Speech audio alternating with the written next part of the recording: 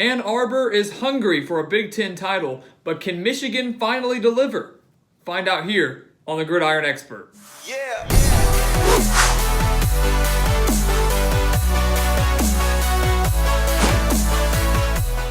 Jim Harbaugh is entering his 5th season with the Wolverines, and he has won 10 games 3 of his 4 years in Ann Arbor, which does not sound too bad until you realize that he is just a combined 2-6 versus Ohio State and Michigan State, and just 1-3 in bowl games. The Wolverines have not won a bowl game since 2015 when they beat Florida, Harbaugh's first year in Ann Arbor.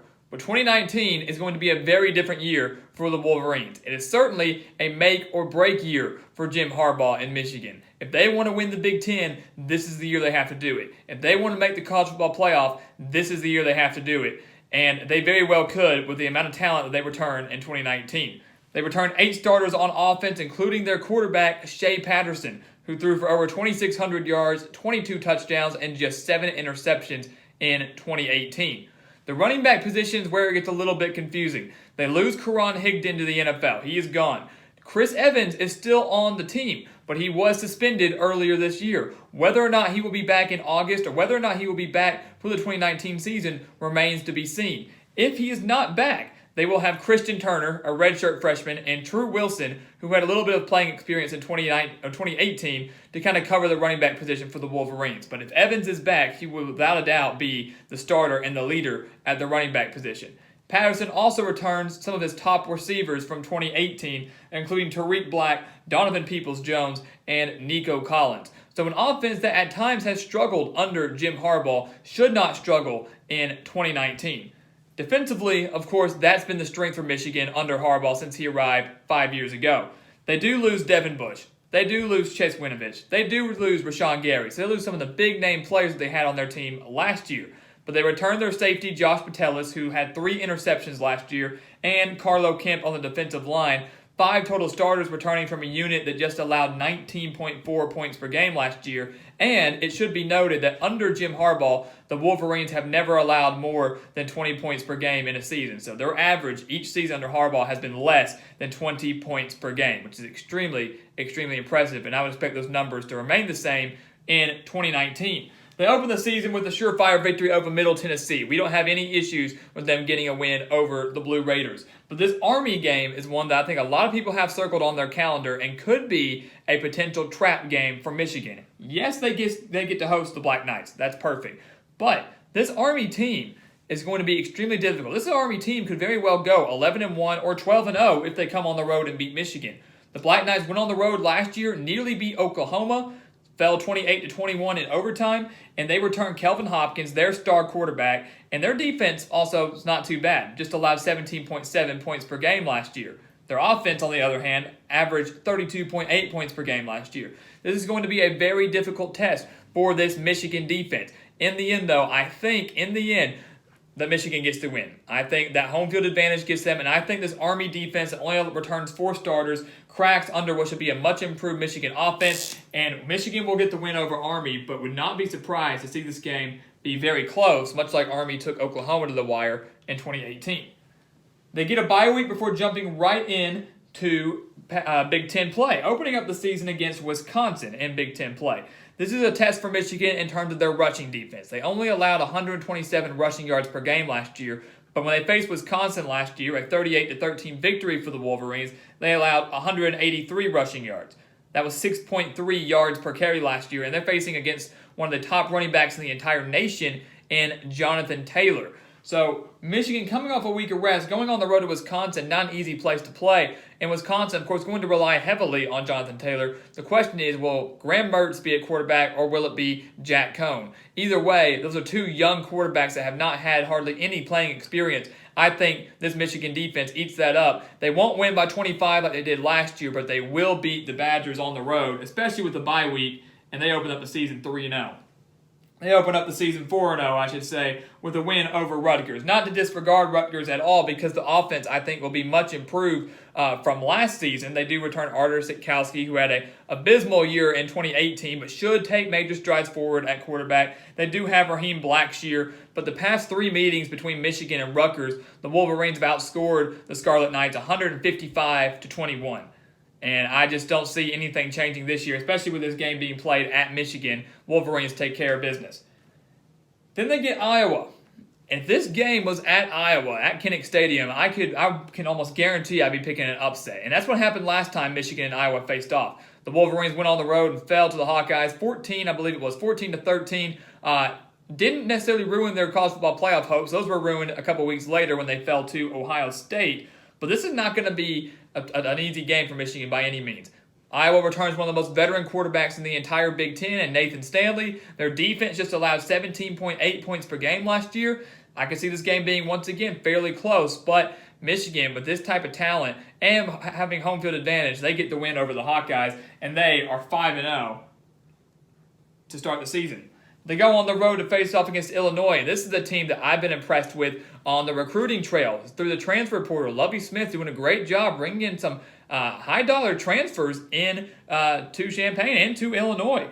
They have 10 returning starters on defense, and their 7 on offense will give Illinois a huge boost. This is a team that could very well win anywhere between 4 to 6 games in 2019 if the pieces fall their way. But the pieces aren't going to fall their way against Michigan. It's just not going to happen. So while this team will be improved all the way across the board, while Lovie Smith, this might be his best team yet, they're not going to be able to beat Michigan, even though this game's at home. The Wolverines, 6-0, going into a big-time game against Penn State. This one is one that I have circled on my calendar this season. On the road at Penn State, surely it will be Penn State's whiteout game. It will be at night, and just because Penn State lost Miles Sanders at running back, just because they lost Trace McSorley at quarterback, and haven't been doing too well on the recruiting trail and have lost a handful of players to transfers, does not mean Penn State is going to be irrelevant in the Big Ten in 2019. I can assure you of that. Since 2016, these two teams have alternated blowouts since then. I think it was Michigan annihilated Penn State in 16. Penn State won big time in 17. Michigan took easy care of Penn State last year, 42-7. But Penn State does return Sean Clifford. I know many people thought it'd be Tommy Stevens, but they get Sean Clifford back at quarterback, and I think he's going to do fine, especially by October 19th. They do return their top 2 wide receivers, and the defense will remain strong with 6 returning starters, as they always are under James Franklin. This is a tough environment to play in. I think the Wolverines fall in their first game of the season to a dangerous Penn State team. They're not going to be anything like they have been the past few years, but they're still going to be legit in 2019. Still going to be a tough out, and the Wolverines fall to the Nittany Lions on the road in Happy Valley, one of the toughest places to play, especially at night in their whiteout game. And they will take their first loss of the season. And then they go back home to face off against Notre Dame. And this is a game that Michigan has to be prepared for because last year they fell to Notre Dame 24-17. They can't afford to be on the Penn State hangover coming in. Their Big Ten title hopes aren't ruined. Their college football playoff hopes aren't ruined, but they will be ruined if they fall to Notre Dame, a team that can once again compete for a spot in the college football playoff. They do return Ian Book. Last year Michigan fell to Brandon Wimbush. That was the starter for Notre Dame in 2018 at the beginning of the season. So this is going to be a very difficult test for the Wolverines because they're going up against a completely different quarterback than we saw last year, and a much better quarterback at that.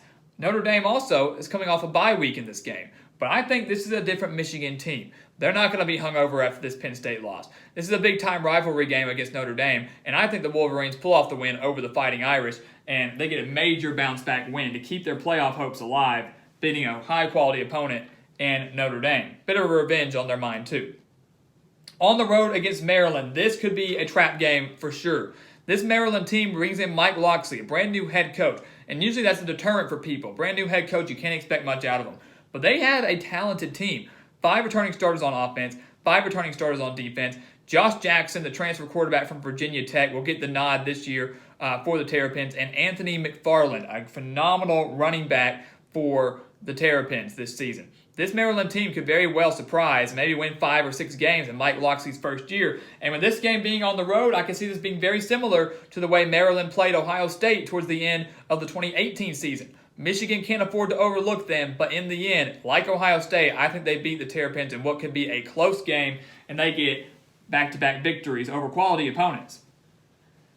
They get a bye week going into their final stretch of the season, final 3 games, and after that bye week, they get their big-time rival in Michigan State, who Jim Harbaugh has only beaten twice in his time with the Wolverines.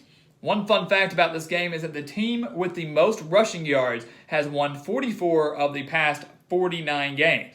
Now, if you're basing it off of that, then Michigan State will win this game, especially if Chris Evans is not back for the Wolverines. But in the end, I believe that the Wolverines have too much. They're off a week of rest.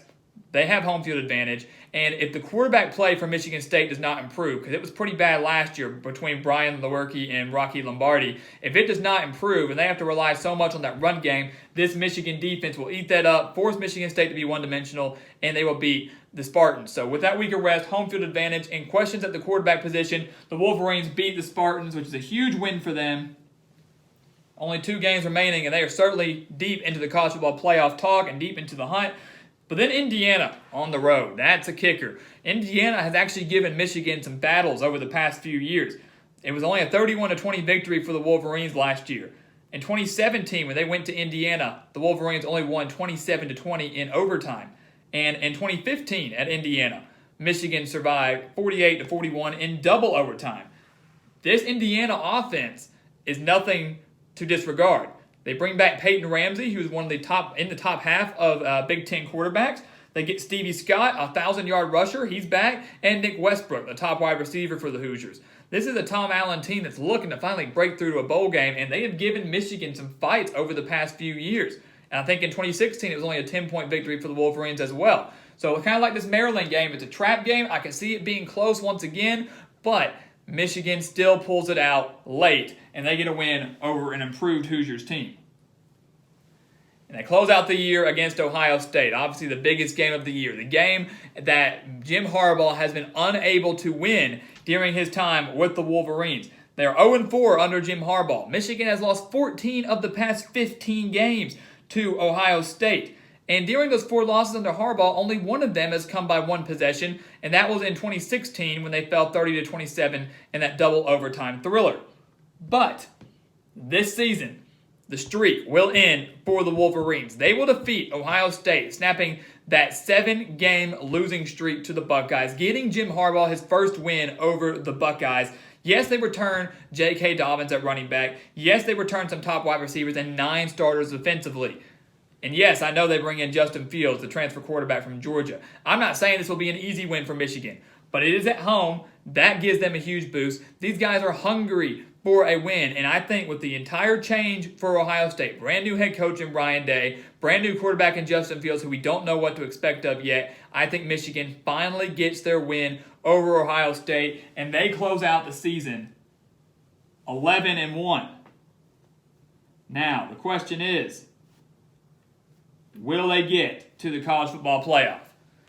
11-1 would be good enough, surely, to get them to the Big Ten title game, especially with only 1 Big Ten loss and beating Ohio State. So, a win in the Big Ten championship should be good enough to get the Wolverines into the college football playoff. And then the question remains, can Jim Harbaugh win that big game? It all remains to be seen in 2019. Guys, as always, thank you for watching us here. Go follow us on Twitter and Instagram at Gridiron Expert, and check out our official website, thegridironexpert.com. Sign up for our newsletter and sign up for our expert picks.